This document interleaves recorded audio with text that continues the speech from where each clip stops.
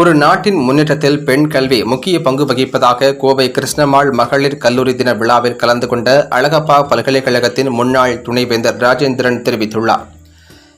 Kovai KCW கல்லூரியில் 2023 கல்வி ஆண்டு தின கல்லூரி தின விழா நடைபெற்றது. கல்லூரி நிர்வாக அரங்காவலர் நந்தினி ரங்கசாமி தலைமையில் நடைபெற்ற விழாவில் கல்லூரி செயலர் முனைவர் யசோதா முன்னிலை வகித்தார்.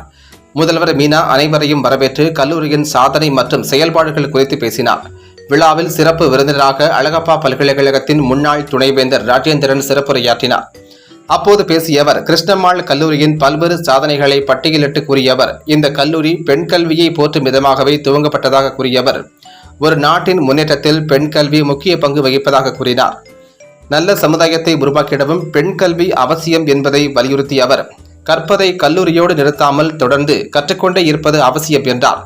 தொடர்ந்து விழாவில் பல்வேறு துறைகளில் சிறந்த கல்லூரி மாணவியர் மற்றும் துறை சார்ந்த பேராசிரியைகள் சான்றிதழ் மற்றும் ரொக்கப்பரிசு வழங்கி கௌரவிக்கப்பட்டனர்.